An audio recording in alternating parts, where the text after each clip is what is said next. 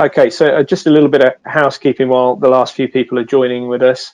You're all muted this morning, so unfortunately you won't be able to verbally contribute, but we are really hoping that you will contribute to this webinar. Lauren's got a couple of polls that she'll be asking you to vote on during the webinar itself, so that we can get a kind of live feed of opinion. And at the end, we're going to have a Q&A session, so you will be able to submit questions through the chat function. I'm assuming that most of them will be for Lauren, not for me or Michael Page. But if you do want to ask any questions of anybody other than Lauren, just type the name of the person in front of it and we will do our best to answer. We may get more questions than we can possibly field at the end of the session, but don't worry, you will see at the end of the presentation contact details for Lauren and for ourselves, and we will also be following up with a survey to see what you thought of the event, and there'll be an opportunity for you to put more questions there. So we will we'll kick off without further ado. Thank you and welcome to everybody joining us on this webinar ahead of World Menopause Day on the 18th. You may be aware that it's a day that's held every year with the purpose of raising awareness of the menopause and the support options available, and we hope this session will contribute to that aim. Many of you will be invited on the call today by one of the Michael Page HR team that we have nationally, so you may not know me. In 2019, one of my team, Ivana Madarasova, who looks after HR in the Southwest, suggested that we ran a breakfast seminar about menopause in the workplace. And I'll be honest, I was initially a little apprehensive. I guess I thought it probably wouldn't be relevant for me, and it might only appeal to a small group of candidates and clients. Anyway, Ivana went away to do a bit of research, and then we met Lauren. And it quickly became clear that this is so relevant to everybody, because at some point in most of our lives, we're going to be impacted directly or indirectly by the menopause. And the range of experiences, as you'll hear today, that women can encounter is vast. And for men, as husbands, fathers, managers of female colleagues, business partners to female clients and customers, we absolutely need to know this as much as the next person. So I hope you'll enjoy it. Can we have the next slide, Lauren? So I probably should have gone to the first slide, but just a brief introduction about me. I'm Ian Teagle. I'm one of the directors for Page Group. I look after the South West and Wales region. I've been with the organisation about 15 years and recruited in various fields. And as I've already explained, I have the pleasure of working with Ivana, who runs our HR business. So many of you will know her much better than you know me.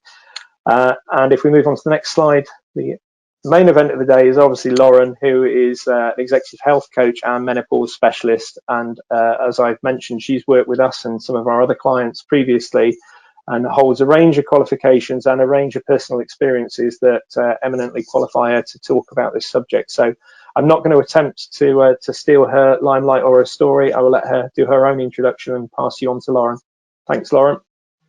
Thanks, Ian, and thank you so much for organising this. I'm so super excited that we're all here together today, and the fact that there's so many people on the call and registered for the call means that this is a topic that people really are inquisitive about and ready to talk about. So thank you for making the time. I want to make this as useful as possible, so do make sure that you fire your questions over and you ask anything that you've got on your mind, whether it's whoever that's for today. And if we don't get round to answering for you, we will make sure that we follow up and get back to you. So why am I here talking to you about this topic? Well, to be honest, in my early 40s, I was senior exec in financial services, and I was a go-to leader for the organisation, or the division of the organisation I worked in, for future female leaders. I had a massive change portfolio. I loved what I was doing, and nothing was ever too much for me. Until I stopped speaking up in meetings, and when I had a moment of doubt and I couldn't make a decision, or I couldn't quite remember what I was in a meeting for. There was one time in particular, I remember sitting in a board meeting and we were delivering a fairly hefty piece of regulatory change. So it was fairly business critical. And if I could remember the word plan, I would have been very happy. I must have taken 15 sentences to figure out what I was trying to say, and all I wanted to find was the word plan. But for love nor money, I could not get that word out of my mouth. That left me feeling very uncomfortable in front of my peer group. And after that, one thing began to lead to another. I didn't sleep well for about 18 months. I was waking up tired. I was working harder instead of smarter. My self-confidence, my self-esteem took a massive hit. And over the course of time, because I couldn't focus and couldn't concentrate, couldn't remember words, and my grandmother had died of dementia, I thought that that was what was going on with me. I had a young son at home, I'm a sole parent, and I thought, I don't know what to do. So I left my job thinking I had early onset dementia. So imagine my surprise when I discovered that I'd just been through an early menopause. I sat in my doctor's office and he turned around and he said to me, Lauren, you've just been through menopause. And in that moment, I literally punched the air with joy because I was the happiest menopausal woman in Bristol. And that's how my journey began. I knew that I had to make sure employers understood this life stage and that women knew where to get help and support, knew how to identify in themselves that they had hit what I now know is perimenopause, because I certainly didn't know. I'd had my son just before I was 38. I was on the contraceptive pill that meant I didn't have a monthly cycle, and I had no clue that you could go through menopause that young. I thought it was an old woman's thing. So that's what started me on this journey. I've had previous health-related businesses. Well-being has always been top of my priority. It's something I've been really passionate about. I've got a fairly senior sports background, and I just love the whole concept of how your mind, your brain, your body is all connected and what you've got the power to do if you've got the knowledge and you know what to look for. I'm a psychology grad. I love using DISC when I work with teams or individuals because I think it's a really powerful tool to help people understand their own and other people's communication preferences. I'm an executive coach and a health coach. And over the years, I've had other wellbeing businesses. So I've had a personal training practice, a sports therapy practice, and I'm a nutritional advisor as well. So when you bring all of that together with my corporate experience, I really feel that I am best placed to help support women through this life stage. And adding on qualifications in the space of menopause now as well just brings that whole piece together so that I can work with employers, I can work with individuals, and we can make sure that together we can make this transition seamless, because every woman is going to go through it and everyone around her is going to be impacted. So my goal is really genuinely, and until COVID, I was traveling extensively, and a lot of the time in the States and in other countries as well, making sure that employers really got the whole gist of menopause and understood why investing in their menopausal women and making sure that all those skills, knowledge and experience that those women bring to the workplace are captured and nurtured so that menopause doesn't come along and derail anybody. And as you'll see from some of the stats as I go through the slide deck, it can have quite a devastating effect if we're not educated and we don't know where to get the help and support. So it is just a quick touch point on menopause today. We are just going to have a rapid canter through, and I'll just give you an overview of what I'm going to touch on. I'll look at the demographics, just because I think it's really worthwhile making sure that you understand where we're at, where we're going, and why these demographics could really have a massive impact on your organisation. I'll give you some fast facts, just dispel some myths, make sure that you know a little bit more about menopause, hopefully today, than you did before you came on the call. And I'm going to demonstrate the business case so that if you're here from an organisation, you understand why it just makes commercial sense, why the numbers stack up, and why this is something you really need to look at. Never mind the social responsibility side of it. I'm going to touch really quickly and really lightly on the equality and health and safety, just because there is no specific menopause regulation out there right now, but it's not, it is covered by these acts, and I just want to bring that to life a little bit for you, and we'll see why in a minute. And then obviously there's no point sitting here and telling you all this wonderful information if we don't put it into some sort of context so that you know what you can do going forward. So before we move on, I think I've got a poll to go out just now, just to check in to find out who is currently organising to do something for World Menopause Day on Sunday, Sunday the 18th is actually World Menopause Day this year. It happens every year, as Ian said. And I'm just curious if we can have the poll organised. If I need to do something, if someone wants to let me know, I just double check here. So if someone wants to let me know whether the poll is up, I'll just pause for a minute to let people answer that poll.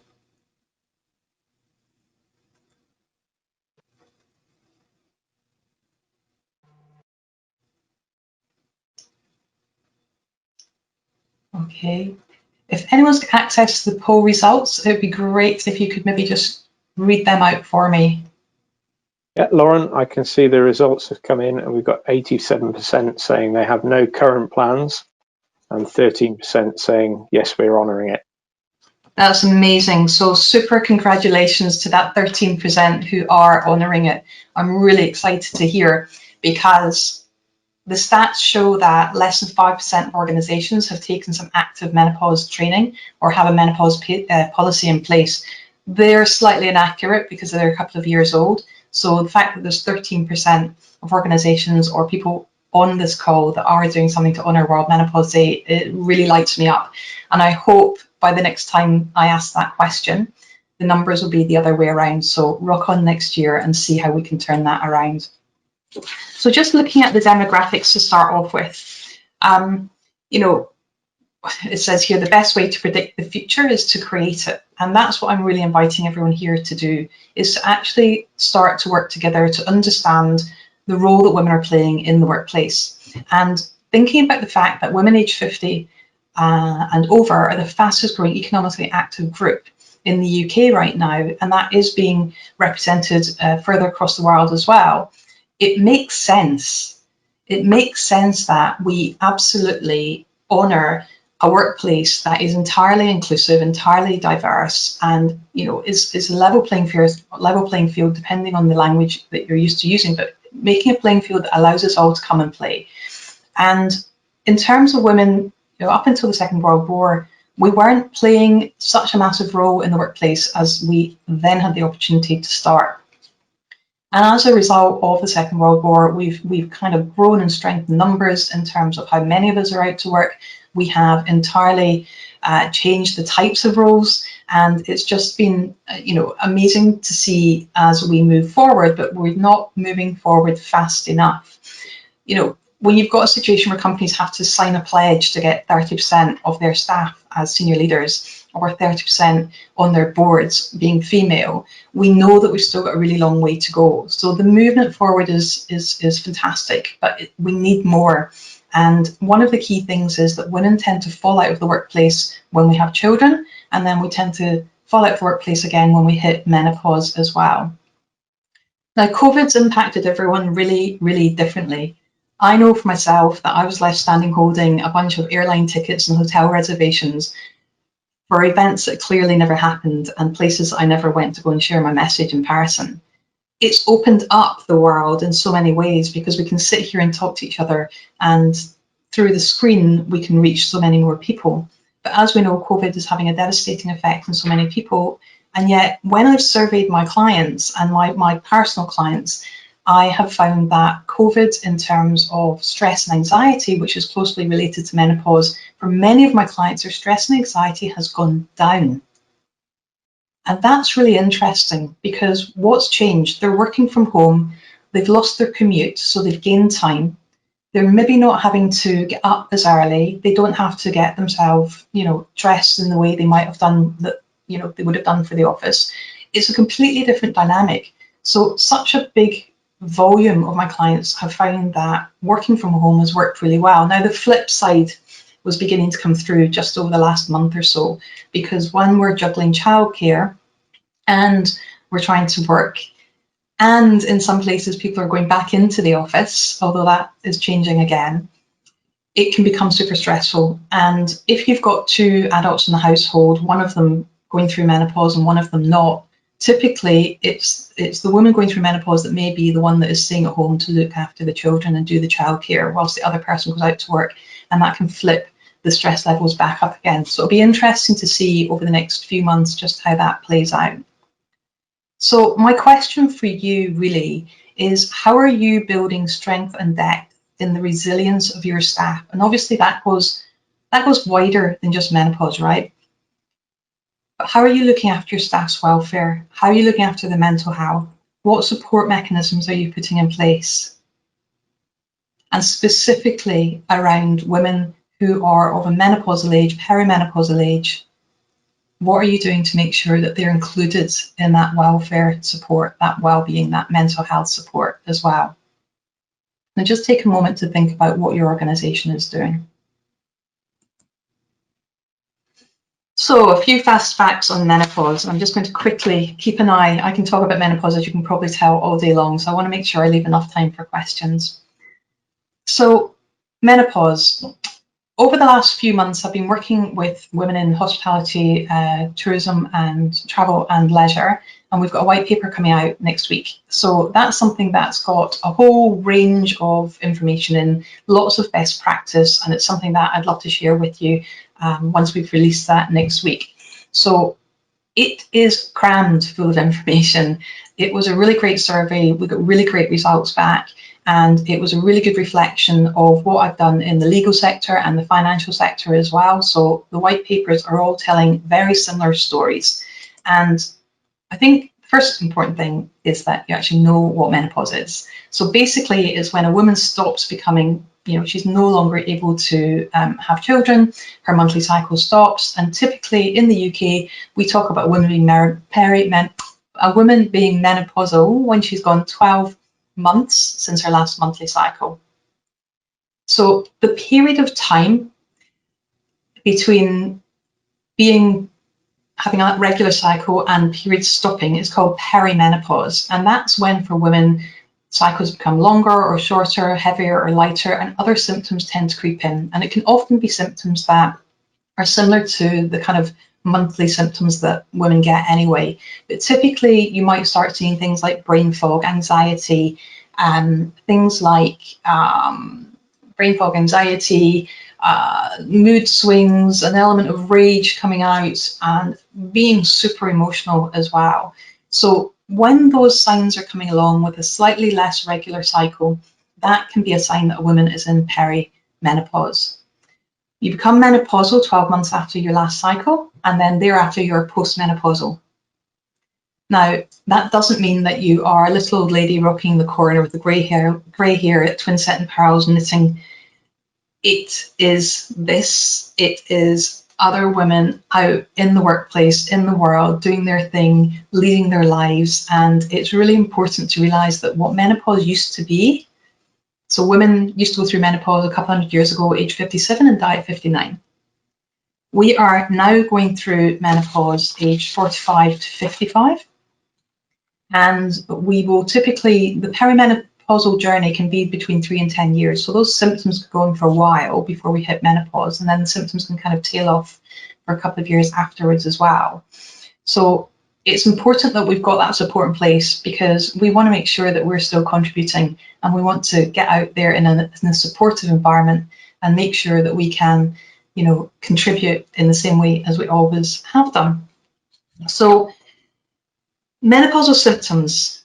I wish I'd put a poll in here. I should have done, but I didn't. I was going to ask the question, how many symptoms do you think that there are?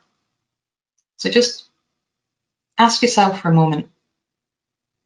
There are around 34 recognised symptoms, and if you spoke to a panel of gynecologists and doctors who specialise in menopause, they would probably list the different 34 symptoms. So that gives you an idea that there is a bit of debate about just how many there actually are, but they fall into the categories of emotional, physical and psychological. And I think it's really important to note that women can typically have around 2 symptoms or more, and they can last between 3 and 15 years in the whole journey. So this is something we really need to learn about and understand more about. If you think again that women typically typically go through menopause between 45 and 55, then their symptoms may have started in their late 30s or their early 40s if they're in the lower end of that. Or like me, I had my son just before I was 38 and I probably became menopausal straight away.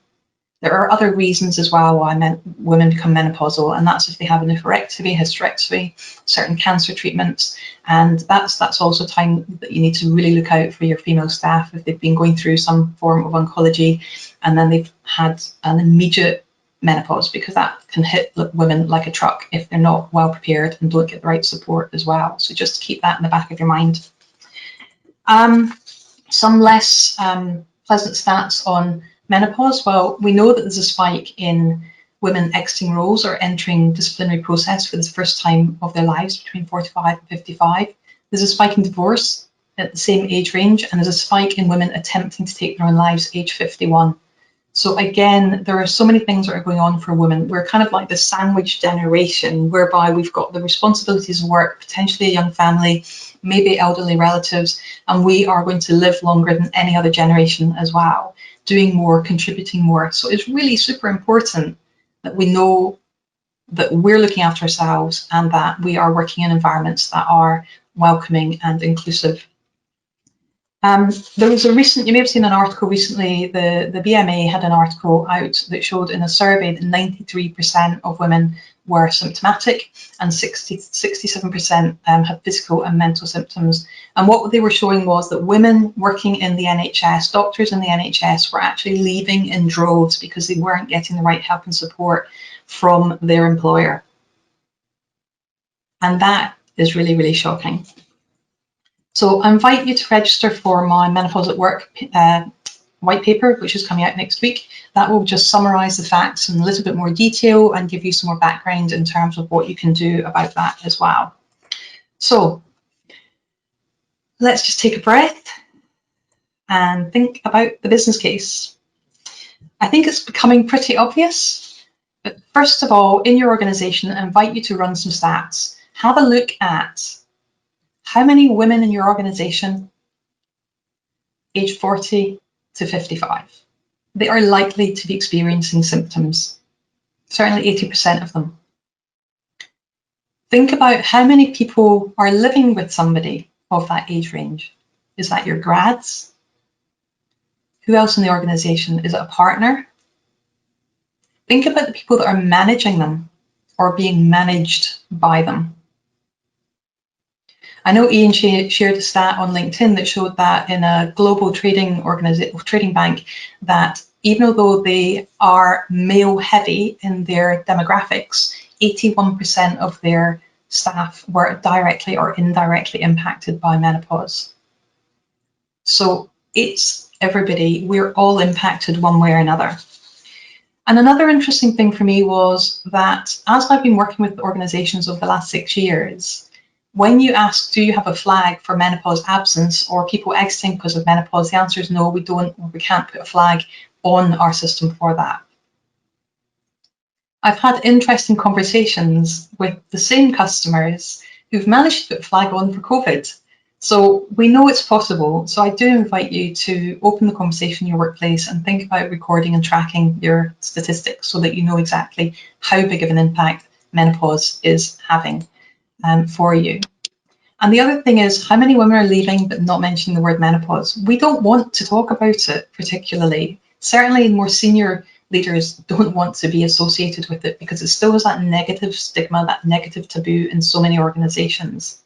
So we need to be smart about the conversations we're having when we're onboarding people, bringing people through their initial training. And if there are absences, just be savvy about, what those absences are really about. And as people exit, potentially what are the reasons behind someone exiting. When someone is struggling and they are either present and not functioning, so they're, as we would call it, presenteeism, or they are continually absent or long-term absent and then sick, what is the knock-on impact and stress on colleagues? So thinking about your internal costs as well if you're not capturing this effectively. Recruitment costs is not my specialty. That is definitely Michael Page, so I will not comment too much, but I do know from my clients that they can It can cost anywhere from 20 to 30 to 100% of someone's salary to replace them, depending on who they are in the organisation and what they are delivering. So I invite you just to go back to work, not right now, but in a minute or two, and just run your stats and really start to think about how menopause is impacting your organisation. So just quickly, I'm doing my usual, I'm probably talking way too much. So yes, so the two key areas of law that we need to be aware of are the Equality Act 2010 and Health and Safety Act 1974. So there have been 4 or 5 employment tribunals now where menopause has been cited on the behalf of the employee. There has been 1 unsuccessful claim and there have been 3 successful claims. So you should definitely read up about that and get your head around the fact that it is now a topic that is going to be, especially with the tribunal fees being lifted, it's a topic that will definitely be heard and seen and talked about a lot more, especially as we understand this a lot more. So you know that we've got a duty of care to look after employees, and it's really important to know what you need to put into place. You need to be clear about what the protected characteristics are. We need to be clear about making an environment that is conducive for a woman going through menopause to work. And I think we were going to ask at this point, actually, if I can just ask for the next poll, which should be about who currently has a menopause policy in place. So that poll could possibly pop up while that's... Yep, the poll is up, Lauren. So fabulous, thank you. Give it 30 seconds.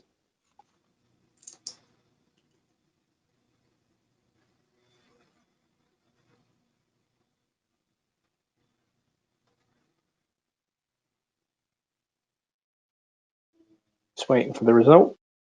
Fantastic. Okay, can you see that, Lauren?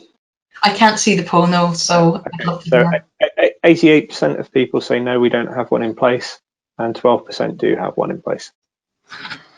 Brilliant, that's such good information. Again, that 12% is so good to hear, and I guess that's really reflective of what we heard earlier on today.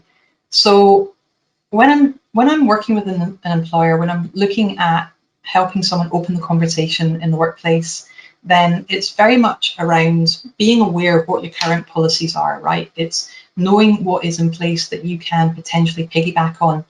I'm a great believer in using your current and your existing communications, your existing, processes, and not just coming along and adding something else on, because you want everything to be seamless and you want everything to flow through. So I invite you to review the policies that you've got in place at the moment that would look out for looking after someone going through perimenopause. I'd be inviting you to review your entire employee journey. So everything from job design, all the way through advertising, the wording, the pictures, the recruitment process itself, the onboarding process. I know I'm teaching you to suck eggs here, but the initial training, the mandatory training, and actually monitoring any absences and being aware of if and when they may be menopausal. And then again, should you end up in a performance conversation or a disciplinary conversation or a grievance conversation the other way around, just what is really underpinning them. Because when you start weaving not just menopause, but monthly cycles, fertility issues, everything to do with the female hormones, pregnancy, parental leave, all these things are really important to weave through your policies. Now, whether you do that standalone or whether you do that as a mass policy, it doesn't really matter. Just having something in place that means that you've got this front of mind and you're building it in. And D&I agenda right now is so huge. It's amazing that we are putting so much energy into this area. But for me, this is the one I'm afraid I'm going to be shouting from the rooftops about. So have a look at your policies, look at your training and your comms. Think about if you're one of the 88% or the 87% from earlier on, then what are you going to do to address this? What are you going to do to start the process internally? So typically, if you've got buy-in from the top, then you tend to be able to get things moving in your organization. Or if you've got someone who is super, super, super passionate about menopause, then that's a really great place to start. But if you can start off by just serving your senior stakeholders and understanding where they're at in terms of their thinking, their understanding of menopause in the workplace, and educate them, that's one of the first pieces I think is really super important to do. And I love when I can sit down with a board or a senior leadership team and just bring this to life for them so that they really understand how they can improve their productivity, how they can attract and retain more female talent, how they can get more strength and depth in their succession planning, and actually start hitting all the things we talked about at the beginning in terms of, you know, having that not just 30% of senior leaders, but 50%, not having a situation where we've got 50 to 60, maybe even 70% of our women sitting in the entry levels in the organization, but not seeing their way through to the more senior positions. So start to have a think about how you can open those conversations with your senior stakeholders. Thinking about your policies. Do you have menopause covered somewhere else, even if it's not explicit? And how can you simply change that? Or is it time to get a menopause policy in place? My legal team have got policies for manufacturing, for office work, depending on what environment you're working in, then we've got policies there set to go that can be tweaked and amended to fit into your organisation, and we can certainly help with you doing that as well. How can you delineate between what's your responsibility as an employer and what is your employee's responsibility? So I always say that when I'm doing, if I'm talking to a mixed group, I always say to the women that actually it's your responsibility to recognise and to understand and to know what menopause is, and to go away and get the right help and support, to make sure that you know how to change your lifestyle choices, get medical support if that's appropriate, and make sure you're really looking after yourself so that you can have as seamless a journey through menopause as possible. If you're doing that, you're completely within your rights to be able to go and speak to your employer and make sure that they can make some reasonable adjustments. So one of the things I encourage you to do is I run a free 5-day challenge every 6 or 7 weeks. And that goes out to anyone that is starting to hit perimenopause or coming up to that life stage, so that we can start to teach them the basics and that they can start to learn how they can transform their menopausal stress, anxiety and brain fog into a sense of calm, focus and confidence. And that's something that just keeps running throughout the year so that women can start to really up-level their knowledge and their information for themselves so they can start to look after themselves. Too often, we find out from someone else that we are perimenopausal because someone else notices the behaviour change in us, as was the case with myself, but that's not uncommon. And if you think about anything that can impact your psychological health, quite often other people will notice before you do. One not feeling so good day can turn into several not so good days, turn into a week or a month, and before you know it, you're caught up in a cycle. And it only takes for someone else just to be aware, just to reach out and just have a conversation and ask if you're okay, can be the beginning of you starting to really step up your well-being and looking after yourself. So the free 5-day challenge is there for any women that are interested in just finding out a bit more about what they can do to help themselves. If you are one of the 87–88% that are not running anything for World Menopause Day or don't have a policy in place just yet, I have got some ready-made menopause chat packs that you can buy. They have got activities, they've got conversation openers, it's a pack that's there that's just off the shelf. It's a toolbox ready-made with fun-filled activities for you to easily open the conversation on menopause. And even if you don't do it in the next week or two, it's there for you for keeps to continually use and reuse. And it's for all genders, it's for everybody. It just means that everyone can become a little bit more aware of what menopause is and how they can either support themselves or they can support others going through it as well. So talk to me about the menopause chat pack, because that's something that you can use right now, and it's ready to go so that you can do something for World Menopause Day. And I've covered the next point already. So just think about menopause. I'm going to repeat it because I don't think I can repeat it enough, but just include menopause, please, please, please. Include menopause as part of your overall employee journey, part of your L&D, part of your learning and development, and make sure that it's something that is front of mind for you as you plan jobs, replace jobs, make changes in our organisation going forward. Women at this stage have got reams, packs of skills, knowledge and experience. We've got so much to give, and we want to give it. If a woman does approach you, it's such a positive sign, because if she comes to speak to you and tells you what's going on in confidence and is asking for help and support, then you have to think about the fact that that's been really super brave. It's showing that she really wants to make it work. And together we are so much stronger. So what are the reasonable adjustments that you can put in place? So typically, if you were in an office environment, you would be looking at having cool areas, having somewhere to freshen up, making sure that you've got natural light, you've got cool water, loose clothing. So if you're in an organisation that has uniforms, are the uniforms loose and are they breathable? Thinking about start times, thinking about if people are working from home just now, what else is going on, what else needs to be juggled, and how could that day be rejigged so that there's more ebb and flow for the woman going through maybe hot flushes or anxiety or stress or any of the other symptoms she might be experiencing. But having those conversations is really super important. So I think I might just have one more question for you before the next poll. And that is, what action will you take as a result of coming along and spending your time here today? What one thing will you do differently that you hadn't done before? And just give you a minute to think about that.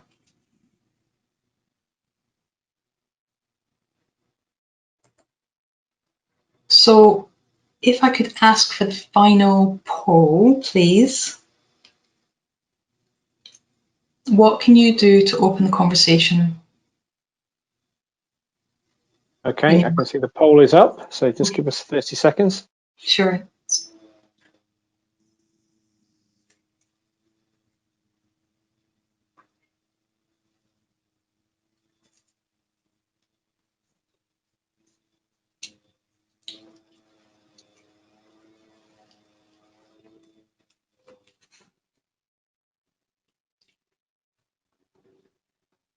Have a wee drink. Okay, we have 61% need some support and 39% feel that they have it in hand. Yes. Oh, that's brilliant. 39% is fantastic. So I'm really, really super excited to hear that as well. And obviously, if you do need any help and support, then I'm just going to invite you, obviously, to connect. Let's get in touch. Best place to get hold of me is usually via LinkedIn. It's just nice and easy. I think I'm the only Lauren Chiren on there, so feel free just to connect with me on LinkedIn. There are my other contact details if you would like to get in touch. I do hope this has been useful for you, whether you've heard this before or it's the first time you're hearing it. I really want to say thank you so much for your time, your patience, and for turning up today. And Ian, shall I hand back over to you for Q&A?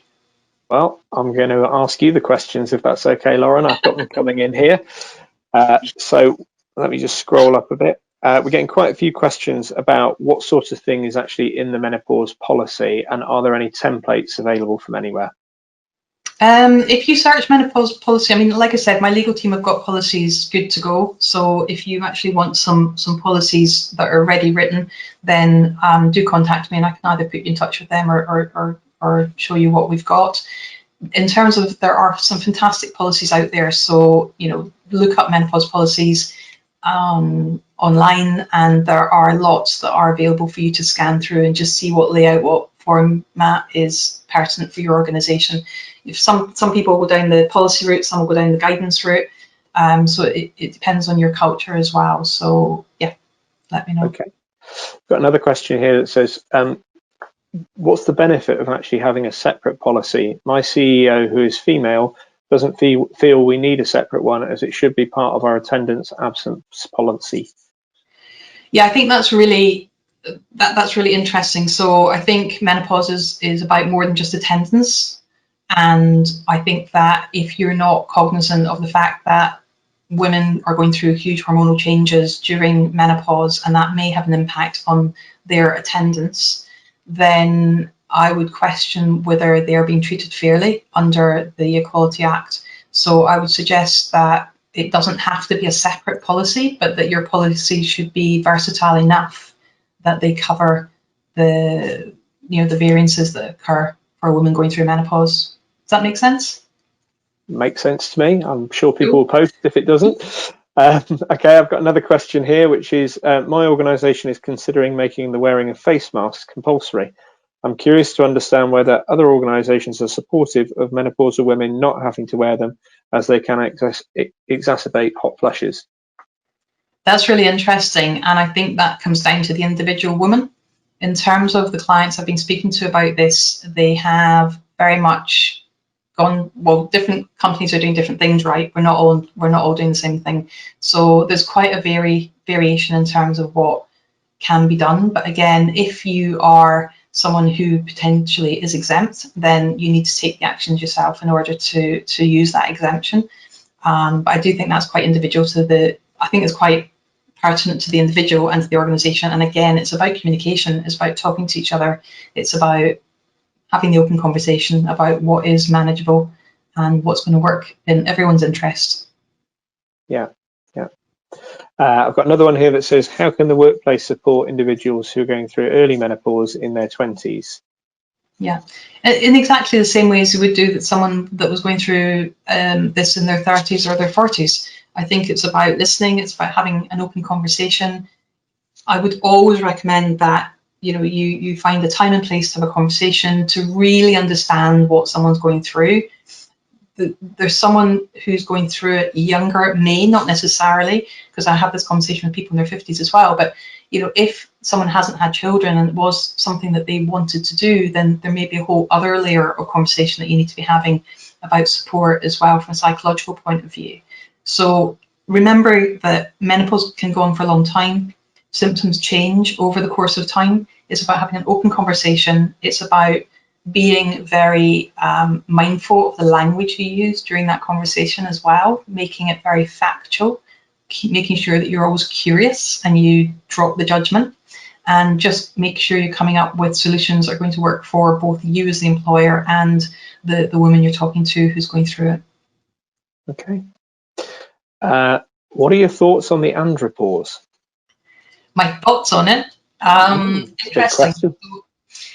There's such a debate about andropause. So in essence, what we're led to believe, certainly what I've been led to believe, is that andropause is where men's testosterone levels are dropping by roughly 1% year on year, so 10% a decade from the age of 30 all the way through. That's in the same way as women go through menopause differently. No two women's menopause is going to be the same, then no two men's changes in testosterone is going to be the same. There are different schools of thought in terms of whether it exists or doesn't exist. I suspect that it probably does. I'm not a medic, so I'm completely talking as a layperson. So I think, yes, definitely that we are all driven by hormones and we all have fluctuations and changes and they can impact us through the years. So I think it's another topic that is definitely worth investigating and finding out more about. Okay, and different question, but are you aware of any specific support resources to support trans people through menopause? So I have quite a strong group of trans women and men in my circle. So if anyone wants to get in touch, I'm more than happy to connect them up. And whichever organisation, I've got connections that I can put them in touch with. So happy to do that. Super, thank you. I think that covers the questions we've had. We've had a couple of questions about the 5-day challenge. If you can just remind people how they can get involved with that, how they find out more information. Definitely. So what we'll do is, if I get you to connect with me on LinkedIn, I can put that on there, and you'll be able to find it on LinkedIn. So do you want me to tell you a little bit more about what it is? Yeah, I guess it's come up 3 times, I think. So yes, please tell us a bit more. So one of the things I did before I did anything else, when I discovered I'd just been through this early menopause, was I set up a group that met in a local charity in Bristol, and every first Sunday of the month we got together and we had a chat, and I used to take along lots of samples of products and get women together, and we'd look at the positive, the upbeat side of menopause, how we can look after ourselves, support each other. And when COVID kicked off and we weren't able to do that anymore. And I have groups all over the world now, but when COVID happened, I realized that I didn't want to stop that support, and that morphed and changed into this 5-day challenge. So basically, every 6 or 7 weeks, women can sign up and they can join in this time around it's actually going to be a Zoom call, 5 nights every week, and you get an email out every day with some top tips and just some information so that you know the basics on menopause. And then each night we will have a different topic that we cover so that people can learn tools and tips on how to look after themselves. And it's a starting point. Clearly, if you're struggling with symptoms, you need to kind of build up your knowledge and start making behavioural changes to help support yourself. But this is a really solid starting point, and we've had thousands of women through it this year. So really super excited to share that with you. And yeah, come and join us. That's fantastic. So that's something that women can use. We've got a question here about what resources or support organisations should provide for people who are affected indirectly. So family members, wives, husbands, mothers, so on. Perfect. So great question, and thank you for asking it. So there's a couple of different categories going on in there. So for colleagues, I think having an awareness session and having somewhere where people can go and read up or listen to some mini podcasts or webinars on menopause is a great place to start. So something like this, but broken down into bite-sized chunks. In terms of line management, having an awareness of what menopause is and knowing how to recognise that someone's behaviour might be indicating that that is what's going on with them. Knowing how to open a sensitive conversation, how to hold that conversation and then follow up is also really important as well. And making sure that you've got really good, everyone knows how to signpost people to the right help and support. For partners and children, again, having webinars, having fact sheets, having basic information that's available for them is absolutely fundamental, because the more we all support each other, like I said before, we're stronger together, and knowledge is power. So when you are aware, then you can start to do something about it. Fantastic. I think you've told me before that that young women get very little education about menopause in school, and I guess for kids whose parents might be going through this, it's quite challenging. So yeah, any resources there is useful to know. Yeah, and I'm delighted to say that menopause is now on the agenda for schools as well. So it's just as of this year. So I'm really super excited that is set to change. Super, thank you.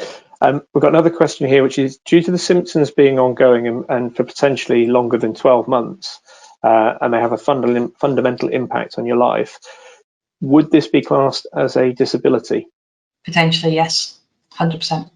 And that's why I point out the the Equality Act, because it's really important to understand that under sex, age, and disability, that menopause is technically captured. So really good, pertinent point.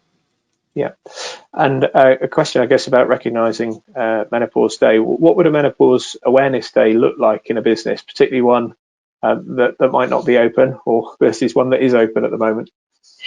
Wow, I mean, we're doing so many different things this year. It's fascinating. So we've got everything from the Menopause Chat Pack has been designed for organisations that are in flux. So it's got in there activities, fun activities for people to do, everything from, I don't know, word searches and, just basic fun things that are in there. There's fact sheets, there's ways to hold conversations on specific topics around menopause, and you've got the information to be able to do that even without having had some training. Because at the end of the day, getting people talking is the most important thing that you can do. So I think communicating that you recognise World Menopause Day is a brilliant start. Having some fun activities that you can share with people is ideal, because they can do it in their own time. They're not mandatory, but at least it shows that you are moving that direction. So get in touch for the chat pack, or alternatively, again, just looking to see what are you doing around D&I this month already, and how can you piggyback menopause onto that. So I think it's just being aware of the other demands in your business and seeing how you can, bring something together. Talk to me. I'm more than happy to have a conversation, even if you want to do a webinar or a short burst of podcasts. There's all sorts of different ways of getting the information out there. Interesting you mentioned podcasts, because somebody's just asked, are there any podcasts that you recommend?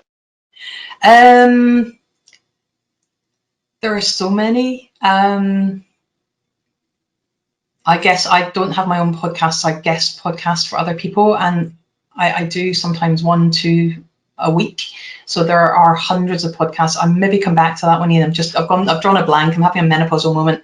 But basically, there are one of my favourite podcasts that isn't specifically menopausal is Dr. Chatterjee, Rangan Chatterjee. He is brilliant when it comes to talking about all things health and well-being, and everything he talks about is pertinent for someone who is keen to step up the game and look after themselves.